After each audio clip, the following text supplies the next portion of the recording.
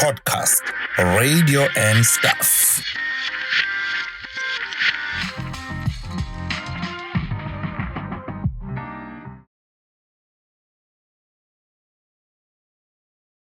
Ntokozo, yazi, there are 4 things that I love.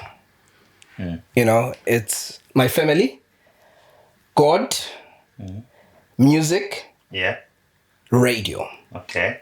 Those are 4 things that I love. I really love those things. Okay. And I'm not saying them in any particular order, by the way. But 3 of those 4 things are in this one person that we'll be talking to today. Oh, yeah. Obviously, my family can't be in him.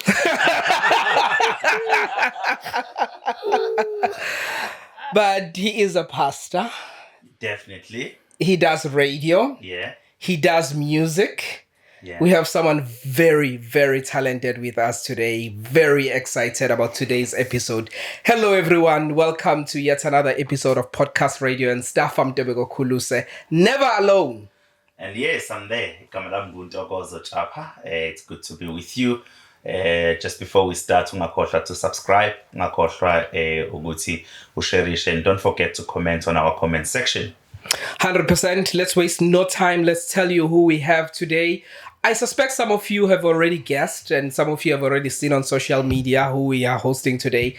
This is someone that many of us back in 2012 were rooting for in Idols, and he went on to do music and he's on radio. What does he not do? He's also a pastor. We have Khaya Mthethwa in the building, people. Yeah.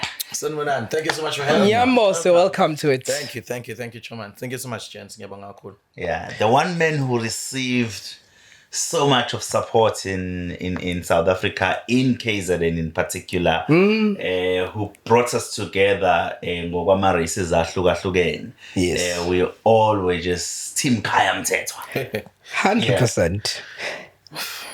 You remember the 2012, 2025, Jens. Second is 13 years later, we're here. You remember? Absolutely. I mean, I can never forget his I think that my life was catapulted into like stardom, and you know, I got to experience life I never thought existed ever. And of course, I've got nothing but love for people that showed me that kind of support.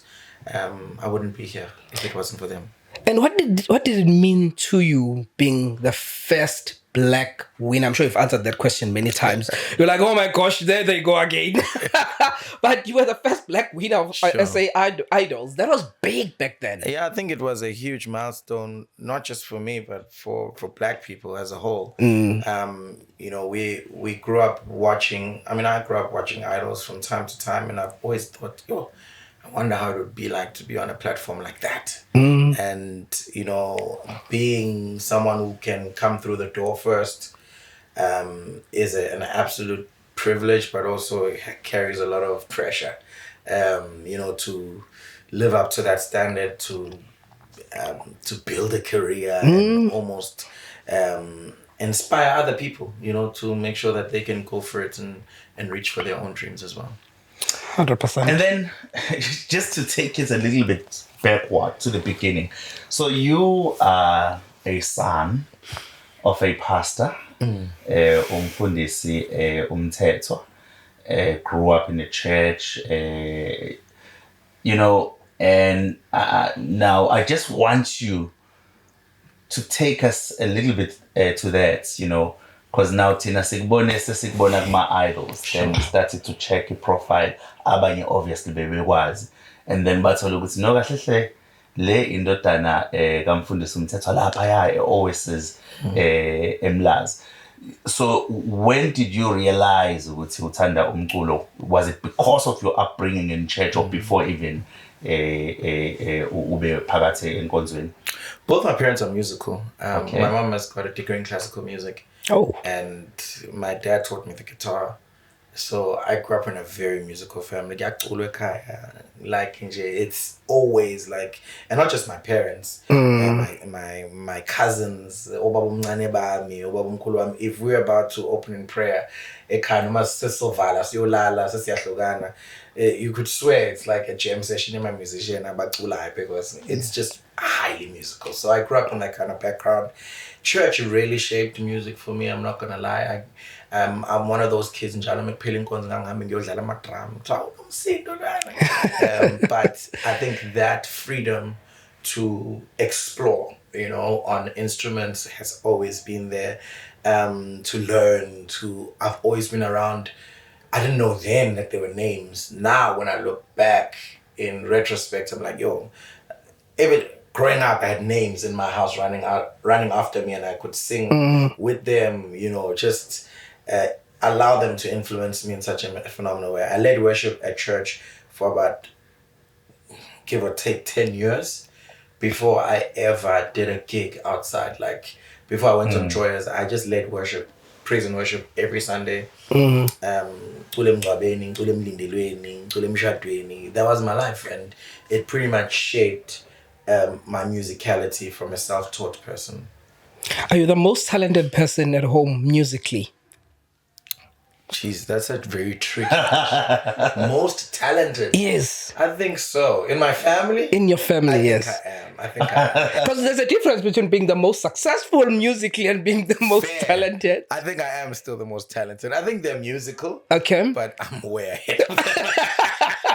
Do you have any siblings? I've got one brother, Okay. Mkhulumsebenzi. He's highly technically inclined. He's a DOP, so he works with cameras and he shoots a lot of movies, a lot of series that we watch on television. I'm not going to name drop, but he's highly successful in his own right from a TV production perspective. Sure. Wow, amazing.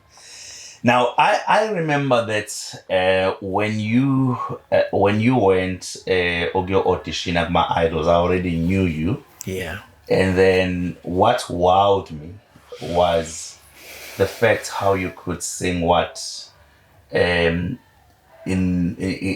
church would call secular music. Yes, sir. Right.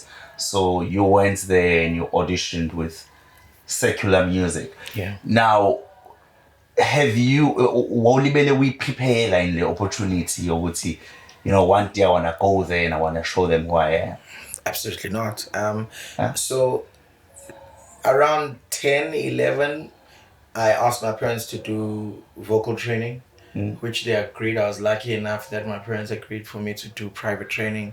Sharon William Ross was my vocal teacher for probably 10 years of my life.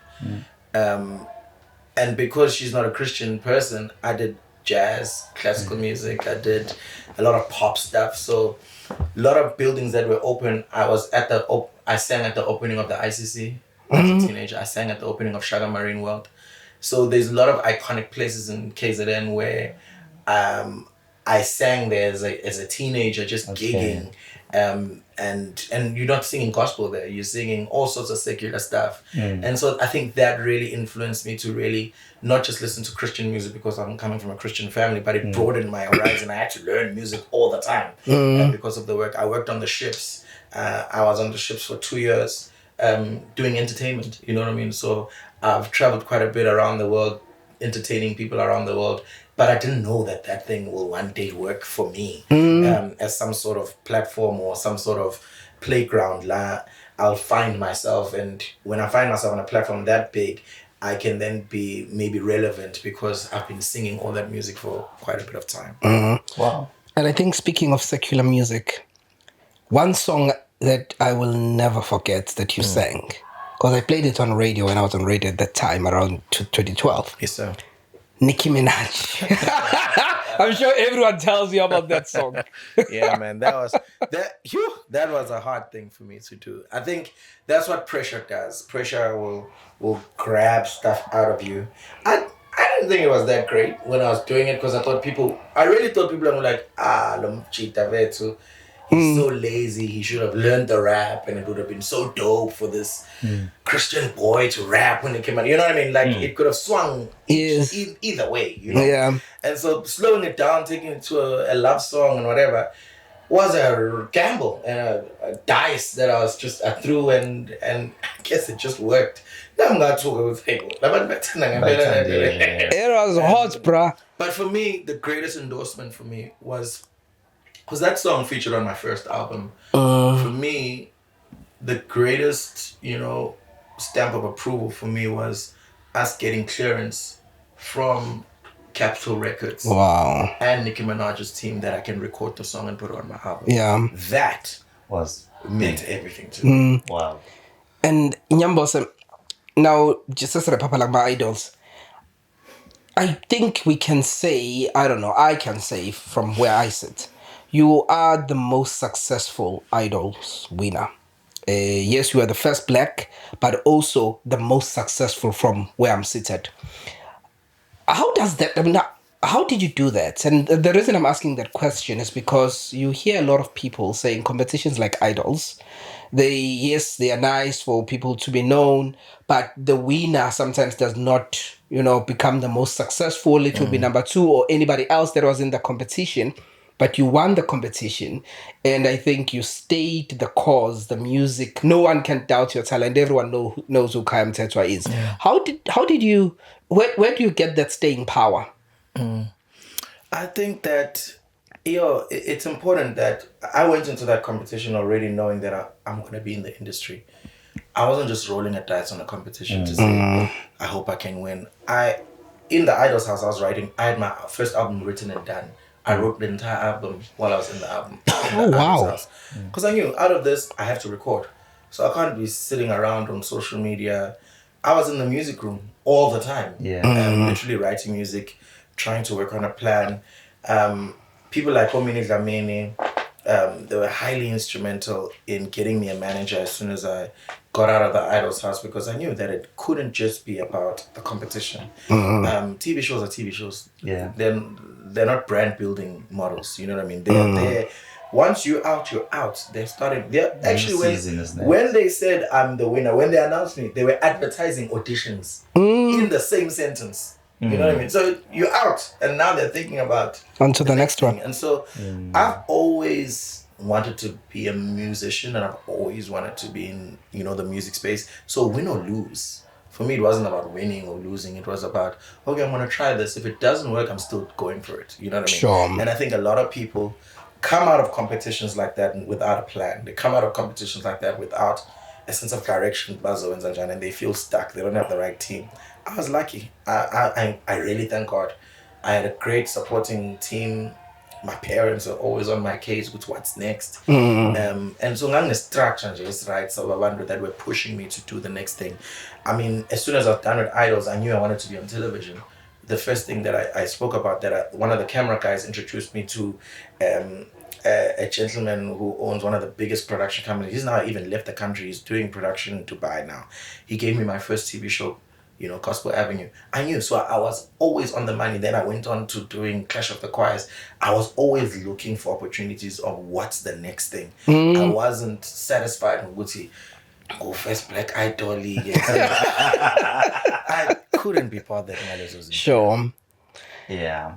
Now, Khaya, one thing that I have learned about the church that you come from and the church that you are leading is that it is a church that is so, organized when it comes to music.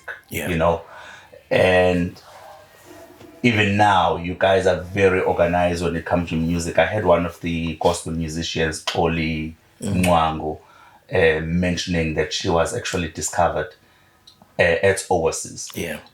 And before you went to Idols, you were already leading in the choir at the church, and you were already part of Joyous Celebration. So how much of a role did that play, in building the Khaya that you are? People underestimate church. Church is a weapon. It gave me an edge. And people I always look at people like, Khaya, what can I do next? Can you open doors for me? I'm like, wait, what do you do? And you sing gospel, and the first question I ask, what do you do at church?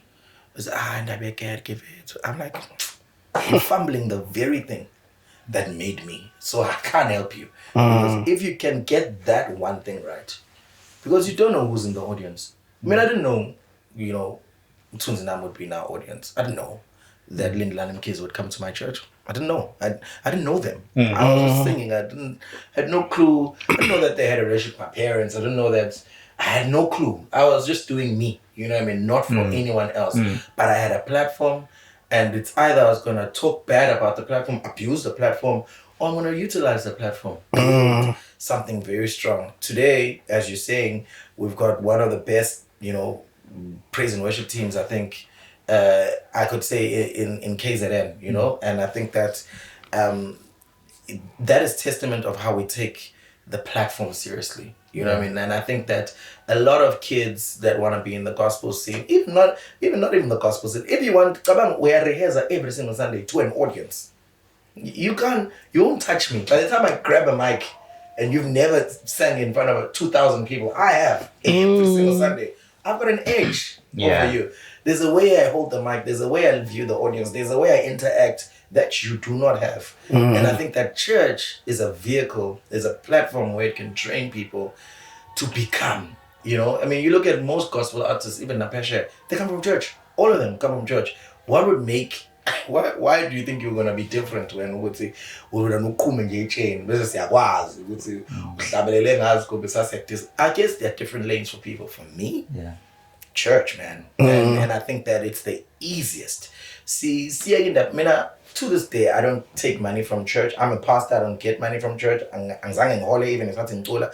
See, just fune imali before fune experience, before fune, mentored. We don't wanna be trained. We don't wanna sit and relax, and always social media makes us itchy and panicky, and we're losing out. Switch off social media. Just focus. You know what I mean? Like, be faithful. Scripture says, be faithful in the little things and God will trust you with the big things. There's no way that God was going to give me the platforms that I was given if I kept on disrespecting the platform.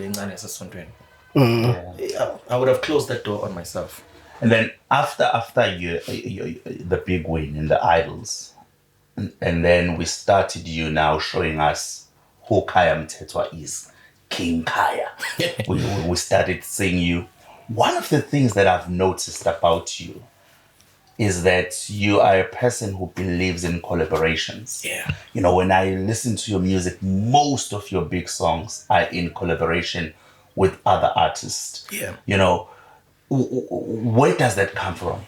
It's important. I mean, 2 is better than 1. You know what I mean? Like, I can look at it from multiple ways. There's an audience I have that you have. There's an audience. There's people I speak to. There are people that you speak to. If I bring those 2 people together, I've now got a combined audience that I would have never had on my own. If it's just me, I just released Outpouring with Dogo Zimbabwe. Dogo Zimbabwe is not even touring in the country anymore. She's touring on the continent. Yeah. And I'm one of the first people that she's got a big song with right now. You know what I mean? And I think that if I'm too busy thinking, hey, I want my own platform, I have my own name, I think it's shallow thinking. You know what I mean? Sharing platforms with people is powerful because you get access to things and audiences and people that you would have never ever seen. Even right now, I was on a call with some Kenyan artists this afternoon because I'm trying to build relationships on the continent now. With some guys in Kenya, guys in Nigeria. I've just released I'm about to release a song with a Nigerian artist, honest, huge Nigerian artist, gospel artist. Again, I believe my collaboration. They are the thing. And I always tell guys, I'm always seeing guys doing things on themselves. I'm like, each to their own. But I know I'd rather share my glory because I know it's gonna be big than to kind of build my own glory, hoping and praying that something might happen. Yeah. You believe in collaborations. Which artist, South African artist, you'd like to collaborate with next? That I haven't collaborated? That you haven't collaborated with? Where is this in the Gospels? In the gospel space? Any. Okay, because in the gospel space, I think I am there to be honest. Okay. Because, I can... from more Rebecca Malope and I've worked with, Hey, what's the Benzilo Khaya Mthethwa? Like, I'm real up there, people that I really honor and respect. I've worked with them and I love them to bits. Maybe where I'm at now musically is that I'm trying to create a very strong 2K gospel sound. And for me now, I'm looking at dope producers, dope DJs I want to look at praise music from a different perspective. Like I've got a song called Luvela Go Elia My Piano. I'm really going in that direction now. Okay. And I think my thing would be like, dude, I'm gonna work with anybody. I've been in studio no theater man. This last 3 months, like with them boys, I've been doing all sorts of things with guys now that is trying to, and strictly gospel, but I'm trying to work with producers that are really doing dope stuff. Dali Wonga, so many people that I mean, skies. Oh, I can't begin to mention how many people I'm trying to get into their studios because I've got an itch. I've got a sense that gospel is about to shift, and I want to be the first. No, that's fair. That's fair. And Khaya, you are a talented musician. Yeah. And you are a musician, not a gospel musician, because we siyakwazi ucula, olunye uhlobo lomculo. Yes, sir. But you decided to go the gospel route. Did you always know ukuthi that's where you're gonna go? It's a calling. It's deep inside your soul. It's deep inside your spirit. You just know that you're in the right place, doing the right thing with the right people. I'm not disconnected. I'm complaining. Like the flights every day. I'm 6 in. I don't mind because I'm about to do purpose. I can be as tired as I am, but once you say, give me a mic or let's go, I switch on. You know what I mean? And there's not a lot of things that make people connect like that. And so I've always known Wuti. I mean, my first album was not a gospel album. Yes. I did it because I'm musically inclined, but I knew that I'm not.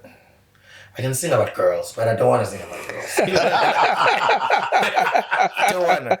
I want to sing about God. I want to sing about my experiences. I want to sing about, I want to lift people. I want to move people from where they are and encourage them to become.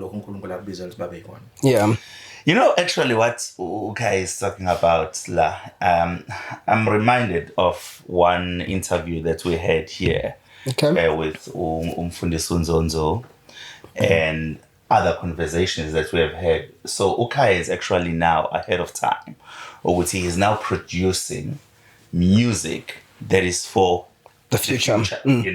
Now he's looking beyond my age, because the truth is that my daughter and my son, there is a particular sound that they enjoy when it comes to gospel music. And I've seen them that when they go on YouTube, the kind of music that they are listening to, and it's usually international, if not even local, because, traditionally, they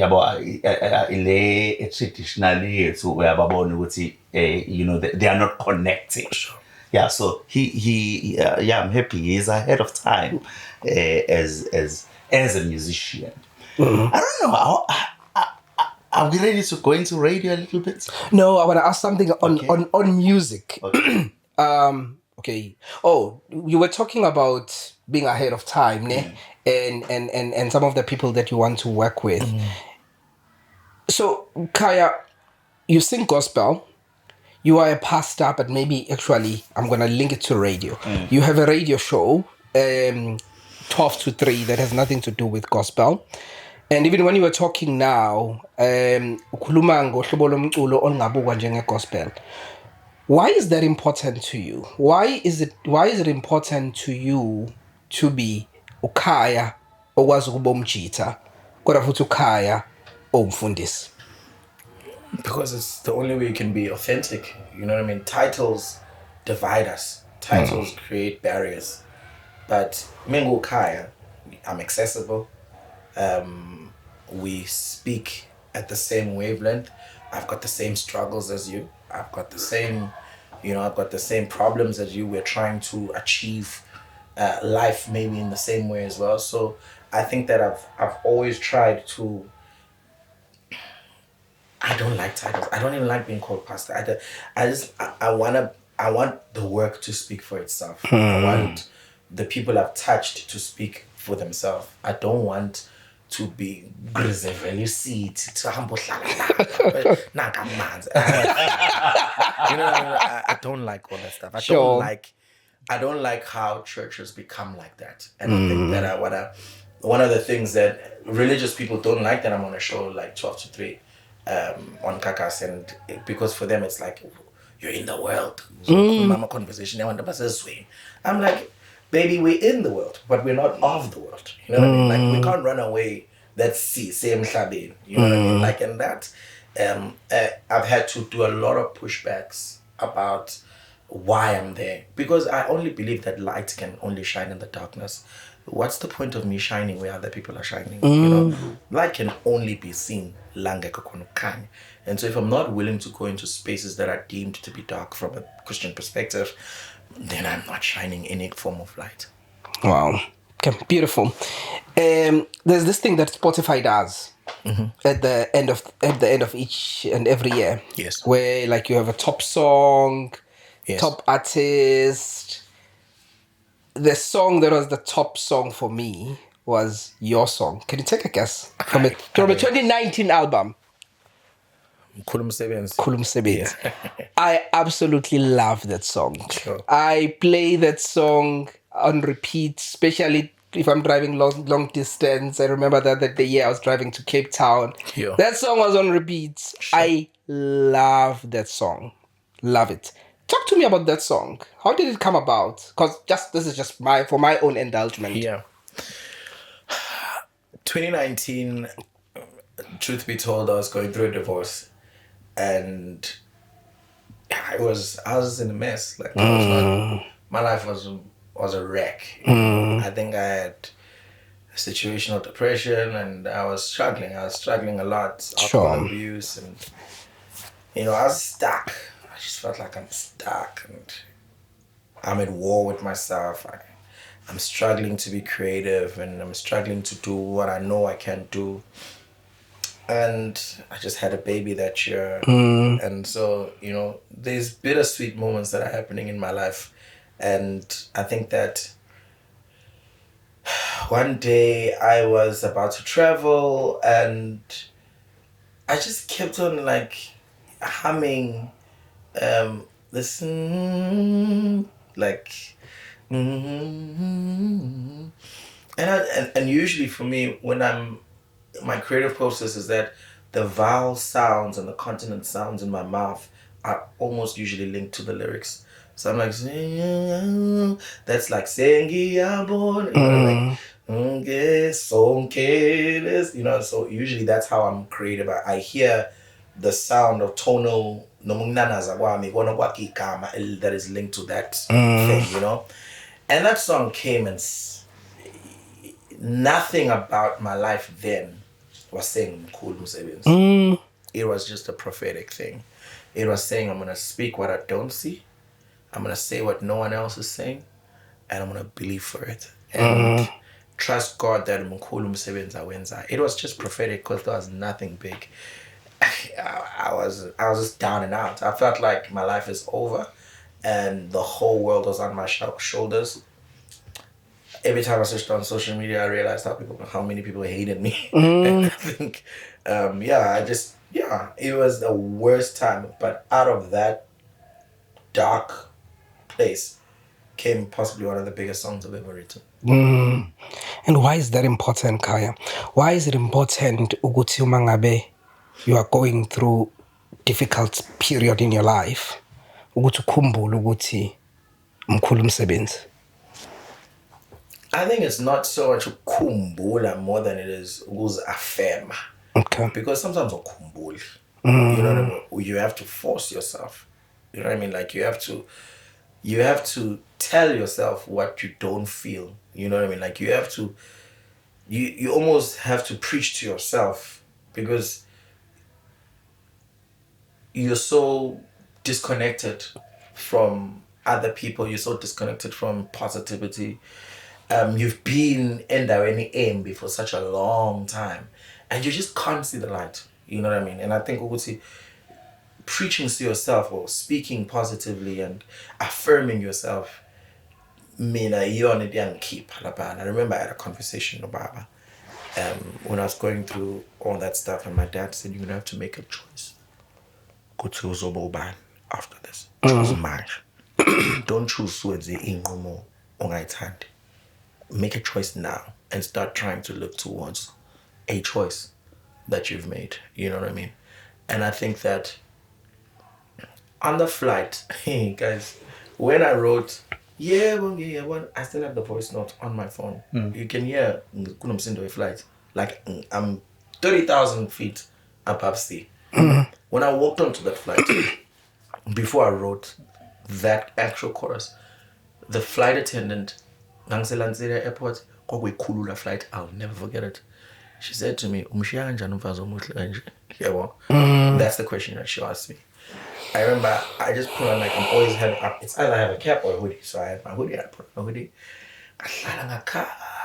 And we took off. And again this melody came back. And then I just started saying, and I just grabbed my phone and I screamed it like on my voice notes. And again, that horrible thing that girl asked me that she didn't even know why I'm making the decision I'm making pushed me and drove me to a creative place that I didn't think I would. Yeah. What is it about that question that triggered that emotion? I was actually telling my therapist yesterday that when people undermine me and people misunderstand me or disrespect me, I mean, I don't have it just drives me to now I'm gonna show you who I am. It digs something inside of me. Eti, Khaya, you have no other choice now but to be successful. You have to show these people that they were wrong. There's something about Izime Njalo that drive me towards my purpose and drive me towards focus, that drive me towards Khaya, you this cannot be the last thing that people know about you. Just last question from me on this, and then we're going to move on to radio. And there's also still as a follow-up question. To an extent, Nyambo said that you can speak to us, and I mean, I'm well aware as well, Uguti Sinundodanala. So, so absolutely what you can and cannot tell. I mean, it's up to you what you can tell us. You mentioned, Uguti, in 2019 you were going through a divorce at the time. How was that period for you, and have you healed? It was rough. I think that is the most painful thing I've ever gone through in my life. I don't wish divorce on anyone. In actual fact, I'll never divorce again. It's the most painful thing I've ever gone through. I cannot describe to you how you question everything about yourself, how you have to rebuild yourself, rebuild your confidence, rebuild your perspective on love, rebuild your perspective on family, children, etc. And I think, Uguti, it's been a huge journey of healing for me. Have I healed from it? I think that I have. Because I'm very structured, you know what I mean? Like, I'm a black man that goes to therapy. Like, I do it, and I'm proud of it, you know? And apart from systems like that I've put in place, I don't think I would have recovered in the way that I've recovered. I love love. I want to get married again. I don't want to grow old alone. I'm not interested in being single and being in the streets. I've got zero aspirations for those things. I think family, I think singleness is overrated, and I think that structure, family, children, one wife, is something that is going to it's becoming a bit of a taboo, and it's wrong how there's so much negativity. And I think I want to play to the narrative of being a light even in that, to say that even when you've come from indawo ending a divorce, you can still recover, you can still gain back your life, you can still fall in love again, you can still have more children, you can still be structured. Because I don't know why people hate on the institution, and I understand the institution is under attack, but it's people that are problem, not the institution. If mina correct timing it's the institution ngeke ibe right. And if singaphili ngokuhloniphana, of course institution ngeke ibe right, but the people need to be healthy in the marriage. Sure. Esishadayo fayisiba abantu abaready ukuyenza leso sinqumo, they are gonna honor our covenant with God and respect one another, and so that we can build families from there. Sure. Yeah. Let's take it to a different note. Let's talk radio now. So you get a gig on Metro, am I correct? Was that your first radio gig? Yes, sir. Metro FM, to do the Sunday gospel show there. Yes, sir. You have been interviewed as Khaya Mthethwa by many radio stations in the country. And one thing I'm sure about, you cannot even keep track of the radio stations that have interviewed you throughout Africa. And now, was this something that was always in your heart that, one day I would love to sit behind the mic and control the desk? Or, it was all about being in the right place at the right time? Two things about me: music and communication. Yeah. I'm a communicator. I love speaking to people. I love hearing what people have to say.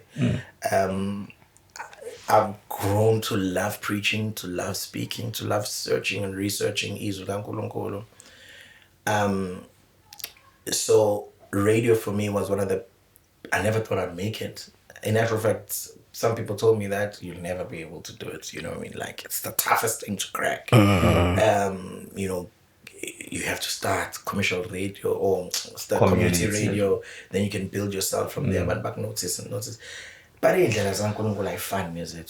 You know what I mean? And again, I was in a conversation where someone had heard that I'm interested in doing something that has to do with gospel radio.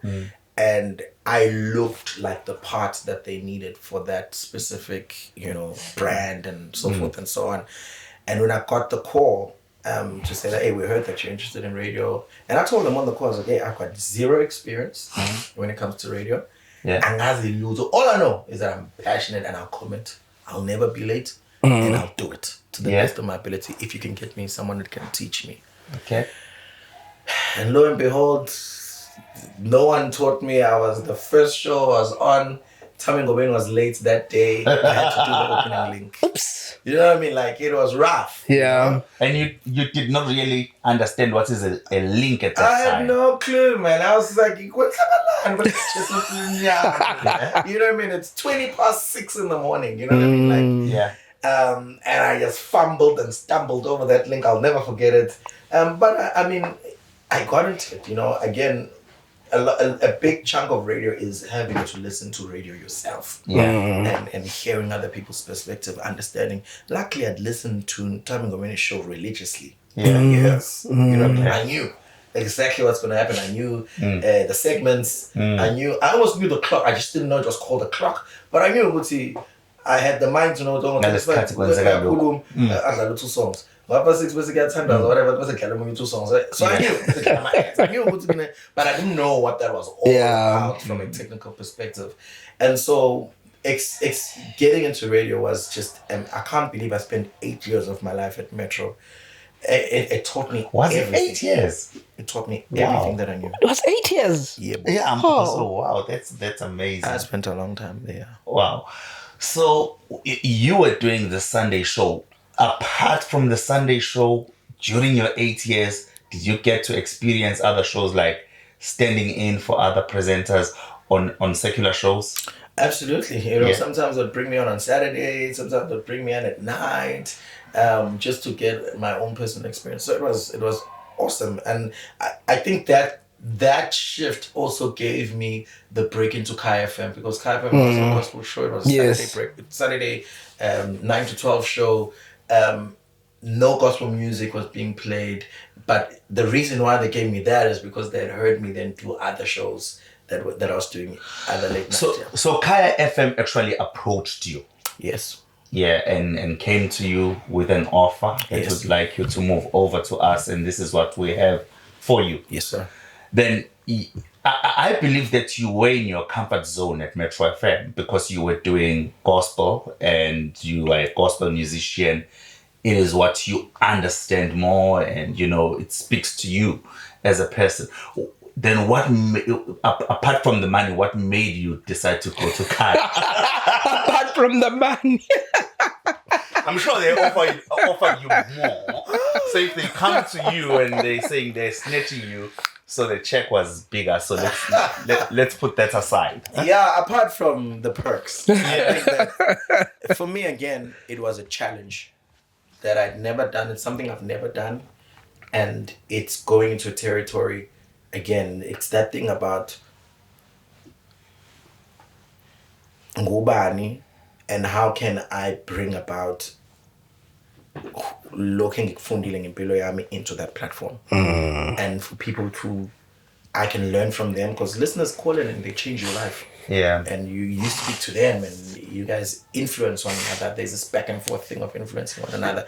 And I felt like Khaya FM, firstly, it was a great ring, Khaya on Khaya. Like, it was made to be. Yeah. And again, the challenge of that show again is like it's not quick, it's not hectic. It's like a promo breakfast, which is quite a moving show. Mine is chilled. You know what I mean? Like, it's just conversations, great music. I loved the music that was on the playlist. It was speaking to a demographic. I'm a bit older, so it's speaking to my demographic. Music in Kulengulalela. You know what I mean? Yeah. So it's not playing like new music. Most of the stuff is nostalgic. It's throwback. It's in the 90s. It's in the 2000s. Sure. So I've got memories. I've got. I remember when so it was a perfect place where I could speak about my life apart from gospel, connected just to the music. Wow. Then now you are with Gagasi currently, because it's good for me to come to your current. You are with Gagasi. You are doing 12 to 3 with DJ Sonic. Yeah. A beautiful show. So again, Gagasi offered you something, or you wanted to move back home? To be honest with you, I had already moved back home. Okay. Whenever I was doing the show, same as a Khaya FM, I'd fly up on a Saturday morning to go to the show. I had already been back home because of church commitments.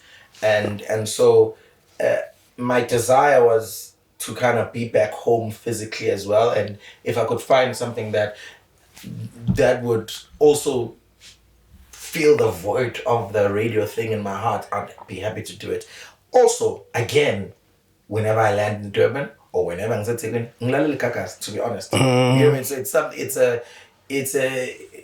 it's an economy or a place where I know exactly what's happening in the morning with breakfast. I know everything. I mean, 12 to 3, no sister. I was clear what's going on, you know what I mean?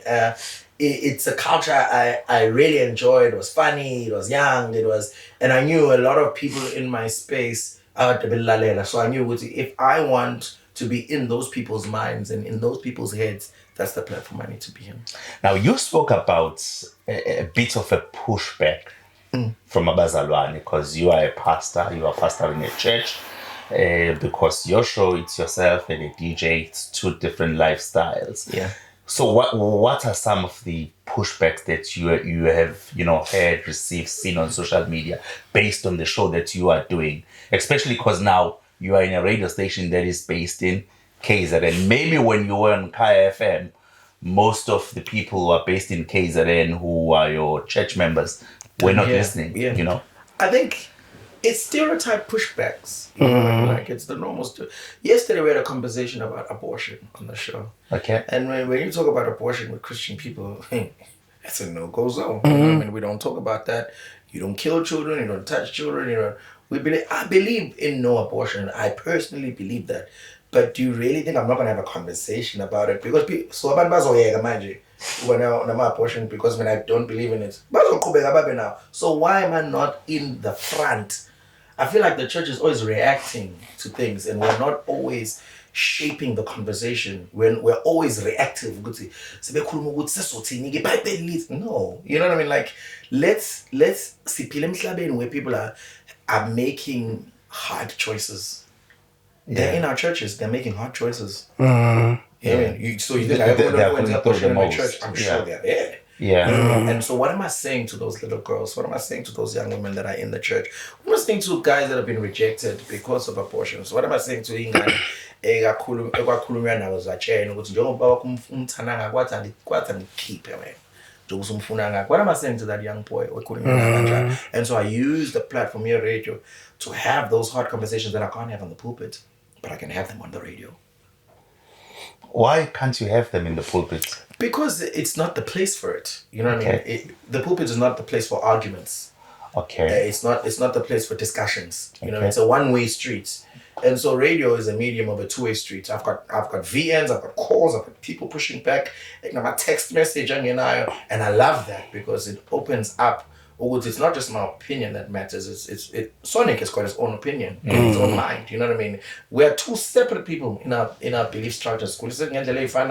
Here and there, but sihlukile just approach impilo. La mina I'm very strong. He's a bit more flexible. Langi structured about something. He's a bit more flexible again, and I allow him to do that because again, in my church, there are people that think like Sonic. I mustn't. What makes me think that I want people in my church that think like me? Not everyone's gonna think like me, and I don't want to control anyone. Also, to have in mindset now, it's wrong. My job is to influence you on what do the scriptures say from a principle perspective and from my personal experience. Nami ngiphila impilo eqinile. Into eyenze irate yabalula kumina because nasepulpit angikhulumisa okamfundisi uthi ingakho ke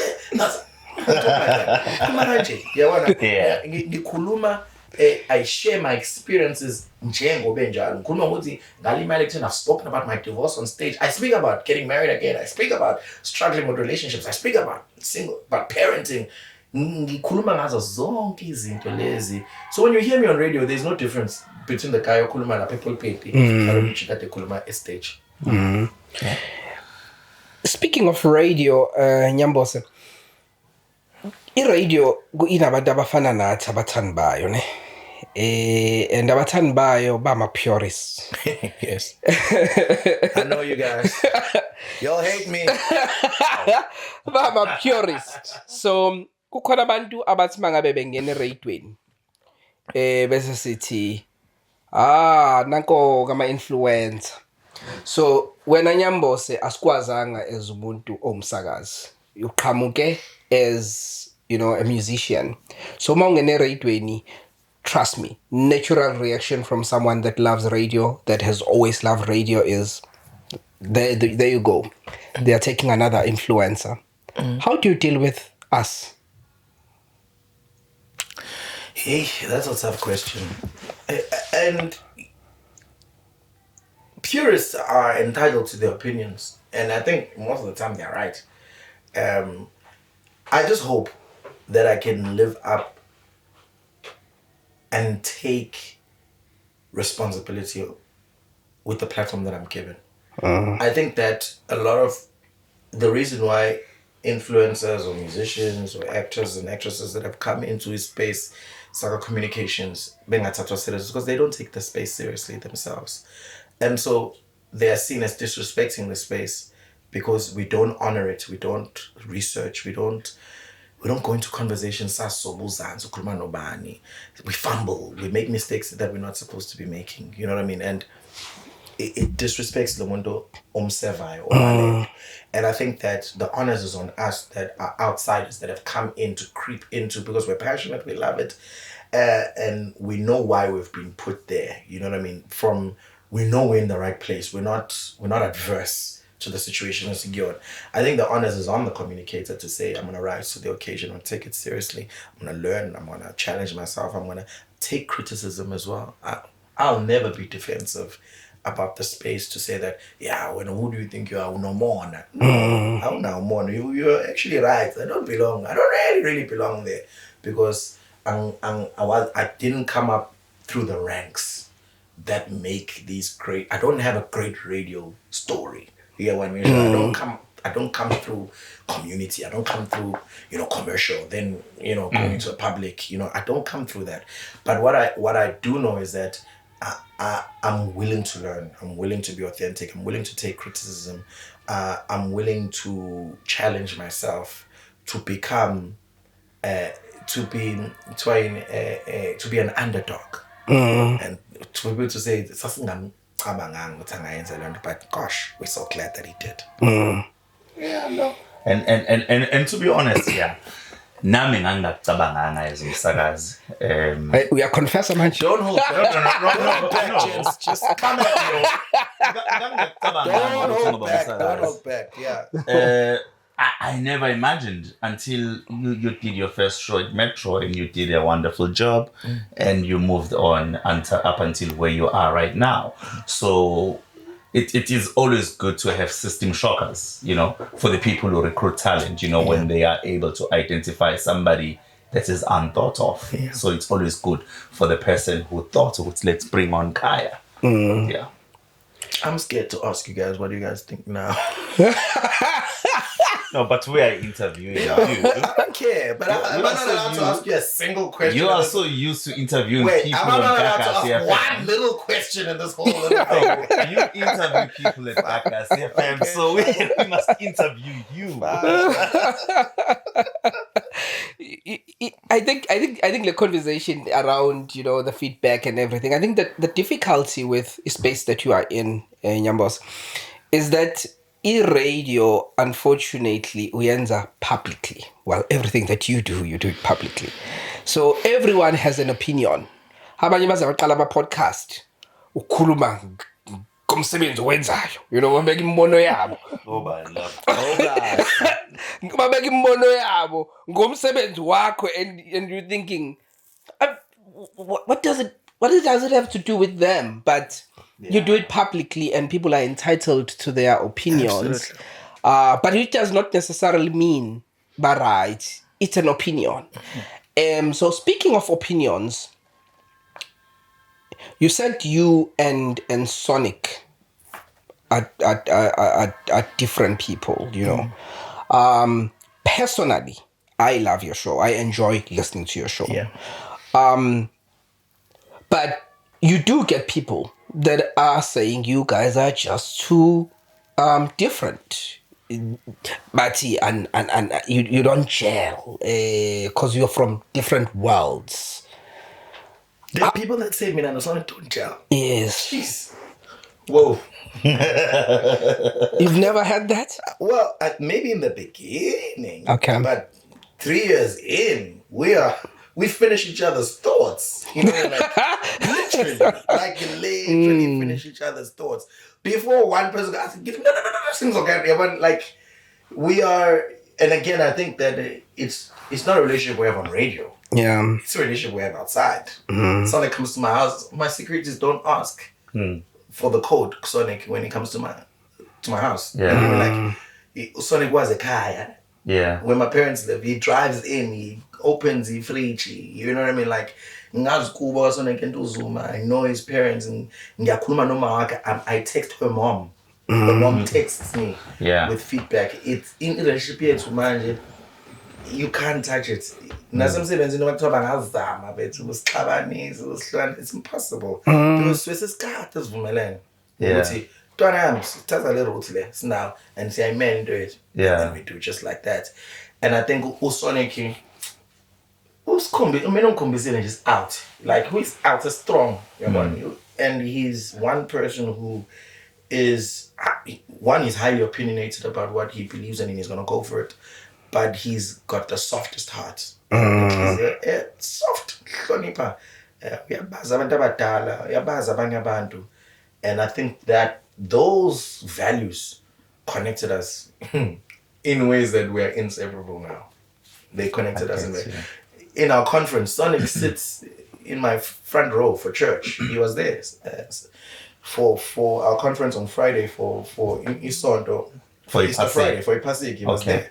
He was there on Saturday. You know what I mean? That's the kind of world that we're in. I've been kuma misa asema Roman ngio misa kwezinto ekade befuna ukuyikhulekela ekhaya. We're strong when it comes to izinto ezenza behind the scenes people don't know about. Also we don't post stuff, we don't talk about stuff, but we are deep inside of each other's lives. Wow, that's so beautiful to hear. I'm not gonna lie, it's beautiful to hear because we know of people abenza ama shows together, ababhekani. We've had those stories. Yeah. So to hear a connection on no Sonic, and which in my view it translates even Nagui radio, the type of radio that you do, because like I said, those who might think I'm buying Kaya's face, you can go back and watch all the episodes. I've never said anything negative about Khaya and Sonic. Nothing. I'm gonna use an AI tool to find those. Nothing. So it does show even on your show. Honestly, it does. Personally, I love your show. I love your show. But there are those people which obviously it doesn't help focusing on that. Yeah, I think from radio. Yantos, you want to say something? I think we can talk about him being a pastor. Let's go there. We kept on touching on that. But I think we can go there. We have touched on radio, 12 to 3. On Gagasi FM. Yeah, on Gagasi FM. Now, abalaleli bayibonela. Ababukengi bayasibonela. Yes, I love their show. Sure. Now, a couple of years ago, I wouldn't remember the year, which one it was. There was a public announcement, if I may say so, by your dad, that he is now going to be taking the back seat. Yeah. And you are going to be, should I say, you are going to be the main preacher. Sure. May I put it that way? Yeah. Is it correct to say that? I don't want to say the head pastor because he's still there. Yeah. Yeah. So, can you just explain that to us? Yeah. I think my dad, so Oasis has been around now for, if I'm 36 years now. Yeah. Because it started in 1988 when my younger brother was born, and started in our living room, and my dad has been at it for 36 years, so to speak. And I think Uguti 10 years ago, a little over 10 years ago, even before, maybe 10 years ago, that means that's 2014. No, even earlier than that, maybe 2010. From 2010, my dad started speaking, even before he preaches, like, by the way, now I'm going this way. That time I'm leading worship. There's nothing really significant against my role really with youth, so to speak, in terms of like leadership, And he started speaking about that he wants to live his life with his wife and then enjoy his old age and travel and do all these amazing things. And for him to do that, he's mentoring me to make sure that I can take over the church. That's even without my consent. He's never asked me to say, what would you feel? How would you feel? You know what I mean? And so he started talking like that. Almost, if you ask people as something, they've always known, I'm going to take over church. And he served that notice for 10 years. You would see, I'm out of here. 6 years ago, he was like, guys, I'm done. And I'm handing over. I'm now lead pastor at church. From a lead role perspective, I ran the organization from an administrative perspective and a pastoral perspective. I'm chairman of the board as well. And it has been a huge challenge, coming into an old organization where you didn't choose the leadership, you didn't choose where you are at, but you're coming into a machine that's already working, that's moving. And your job now is to kind of start imprinting your own culture, bringing your own feel, how you want things to be done. And I'm lucky to have parents. My parents, before any decision is made, they say, that's how they are. They're like, they are not involved. They're like, hey, so tell me, now you grew up in the church, obviously, as a child. Waba Sunday school of the church, waba choir, and so on. So all along there is a structure that your dad is working with. Yes. So let's talk about the structure. So when your dad begins to speak about his own succession plan, yes, sir, which is good. Every leader who thinks about his succession plan is a good leader. Yeah. How did they feel when, based on your judgment, when he began to point his finger towards you? There's always going to be pushback. So we, if I like Mthethwa, there's always going to be stories around that. Just like any other organization, pastors left, people left. Just like any organization, it also shows you what he has then define. It's just the name of the game. It's like, you might look like you're coming to church, but you want a position. That's what you really want. You know what I mean? And when decisions are being made and you're not picked for that thing, and such is the name of the game. Most people then get people that I thought would always be there are now gone. People I thought I grew up with and I did church with have resigned, have left. Not everyone is going to believe in you or me the way that other people believe in you, and it's okay. You know what I mean? Like Abandon Kulina Sunday School have been probably the most struggling people to accept Sendili Tayab. But people that ain't is like you cannot believe. It's a paradox that you might think about might be against, but born about support. Yeah. Lababa ngaling number just like Khaya,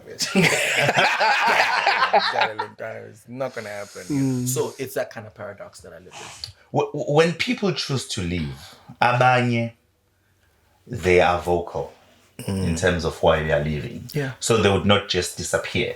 Yeah. They would find the right platform. It happens even in political parties. And they would express why they are leaving. Yes. And obviously, as a leader yourself, you get to reflect based on the reasons that they've tabled. So when you reflect on their reasons, what comes into your mind on some of those who have been strong enough to table their reasons? Breaks my heart. Breaks my heart. It just breaks my heart sometimes because they're not wrong. I'm fallible. I've made mistakes. They're probably right in their assertion of why they don't think I'm fit or why I don't deserve to be there. They're probably 100% correct. And I think Uguti, they don't know what now I struggle with the how and the why. You see someone confidently standing somewhere, you might think, Vele bias, I'm also second guessing myself. I'm also struggling with my own voices in my head. I'm also struggling with some form of feeling inferior or feeling like I'm unworthy or feeling like I'm way in over my head, And so I don't think that when people reject you in that way, they also don't and so you're also going through that pain and that struggle. And so when it's plated in front of you and it's been vocalized, it's almost like you've been exposed. And you have to make a decision, Lapo. Are you going to listen to the choir that's louder than the voice? I might not be perfect, but I'm in the right place. And I'm going to become what I'm supposed to become. Khaya, you are a young pastor. I mean, we are the same age group. I'm a year older than the both of you guys. So we are fairly young, right? Yeah. Yeah. We are fairly young. Yes, we are. So being a young pastor, that comes with a lot of challenges. Because, I mean, you still usafunda uzowenza ama mistakes. What would you say is the biggest challenge of being a pastor at your age? It's practicing what you preach. That's the number one challenge. When you're still becoming, you have to practice what you preach. And that's the number one struggle. You'll always be caught with decisions that are completely against what you've said, and you have to make choices that speak to irresponsibility. And I'd say that's the number one challenge. Konko will come. If I can practice what I preach, I'm done. One of the biggest things that again hurt me is that abangani bami engakhula nabo ngiganga nabo kukhona ngibashumayeza because bayangikhetha kuthiwa ngiyaphosta with over.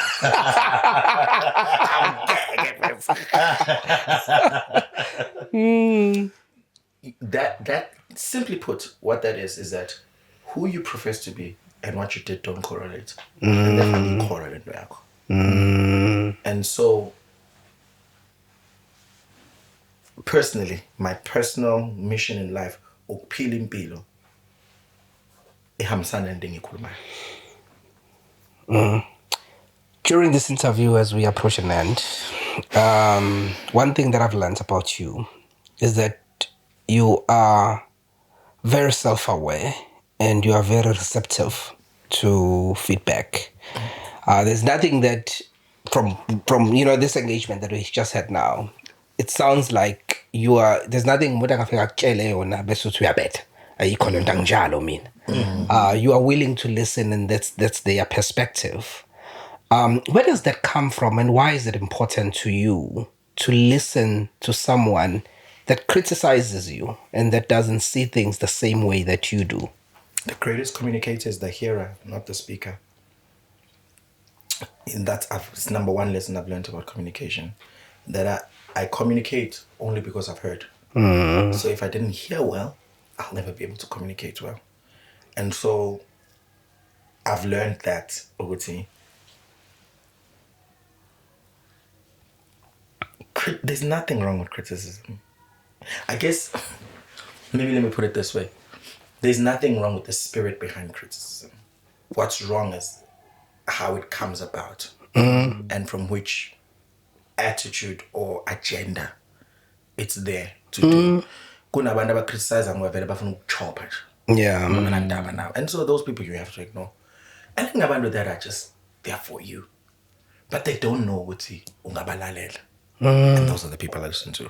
Because they don't think they can have my ear. They don't think they can have me on WhatsApp. They don't think I can respond attentively. They don't think I can show up. Maybe I can show up. That, for me, is important. Because it can only make me better. If they say one thing, that I can sleep at night and go, goodness, young shy, yabo. Mhlambe ngavumi ngoba mhlambe nami ngiyigwala in the moment. Ngaba defensive ngendlela ngaba defensive ngayo. But more often than not, those things ziyahlala enhlizweni. And they shape you somehow ukuthi hey Khaya Mthethwa ilungise lento le. Abantu bayayibona. And so if ibona umuntu useceleni kangaka empilweni yakho, how much more abantu ba close. And so I've realized ukuthi listening. My dad is one of the greatest listeners. Uyathula. My mom, uyakhulu. My mom, uyakhulu. And my dad would just sit there, just listen and listen.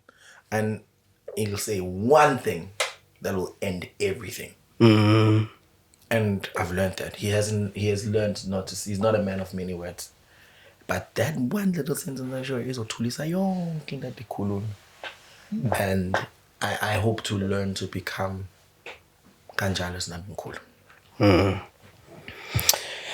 I think, Nyambos, we've exhausted our chats. Your time, I know, is very expensive. But thank you so much for coming through. You had a question for us. I'm giving you an opportunity to ask the question if you want to ask it. I'm joking. Oh my God. You answered me. We answered you. You answered me. You answered me. You answered me. You answered me how? You answered me because you've taken the time to listen. Yeah. People that criticize stuff that have never even taken the time to listen. Yeah. That's weird. You know, you criticize because ufunda ama comment now was a comment. Yeah, very bad. You know what I mean? You weren't part of the whole thing, or you haven't gone back. For me, I'm not the greatest they ever will be, but I'll work the hardest. Yeah. Yeah. Musically speaking, shows that are playing music. I listen to talk radio as well. Yeah. It's the Gagasi FM 12 to 3 that I listen to. iradio imnandi. I know people. Thank you for having me today, guys. Your platform, I respect it, and I wish you guys everything of the best. No, thank you very much, my guy. What are you busy with? You mentioned earlier that you've got a song out with Ntogo Zombambo. I'm releasing so much music these days. We've just dropped music Ntogo called Outpouring. It's on all digital platforms. I'm sure by the time this comes out, the video will be available as well because it's dropping on Monday, this coming Monday. Nice. On YouTube. And then we've got Angiowe Saba that I've just dropped 2 days ago with Jesus Collective. It's a huge record. We recorded it at the Grand West Casino in Cape Town. Amazing record. I've got a song that I'm about to drop, Manja, called I Believe. That is it's gonna be super amazing. Wow. So I'm waiting for that. I've got a whole lot of shows that are lined up for the year. People must just check out my social media platforms for that information. Sure. No, thank you very much. Last question. I mean, if this is Khaya Mthethwa, so allow me. Just last question. The reason I'm asking this question really to give context. You are a superstar. A-lister. An A-lister, yes. Yeah. You are a superstar, Khaya. We all have opinions about what you do. Like, we have opinions about what you do. It's just that some will like what you do, some will not. Yeah. And everything that you go through it public, you know, whether it's something good or something not good, we say it. Yeah. And people are rude and mean on social media. Like, sometimes I look at some of the things that people say on social media and I ask myself, are they real people? You know? Sure. Because the way people speak on social media, you'll never hear umuntu ekutshela that thing ebusweni kanje. Exactly. So you ask yourself, are these people that are actually typing these things? How do you deal with that, considering everything that you've gone through in front of us? I don't know anymore because I've been off social media for 4 years. Oh wow! So physically, the page, you don't manage it yourself. I don't have apps on my phone. I don't have a single app of social media on my phone. Wow! When I turned 35, I switched off my social media. I'm turning 39 this year. I don't even have access to my Instagram. I haven't been on Instagram. I haven't been on put back then TikTok when I've been in cool. Yes. So I don't even know how to log on. And I'll talk something like and as loot. Facebook Klambe, because of work, I have to check comments for the show and yes. and do my work. But I'm not on social media at all. Zero social media. I pay someone to run my social media platforms. Oh wow. That someone ignored my inbox. I'm sorry. I'm so sorry. Now, I'm so sorry. Now, so lungis. Yeah. Nyambos, thank you so much for coming through. We really appreciate you, my guy. You are not only talented, you are great human being. Thank you, man. Yeah. So we really appreciate having you here. It's a pleasure. It means a lot for our platform. Thank you, sir. Thank you. Nyambos, it's podcast, radio and stuff. We end it here. Thank you. Bye-bye.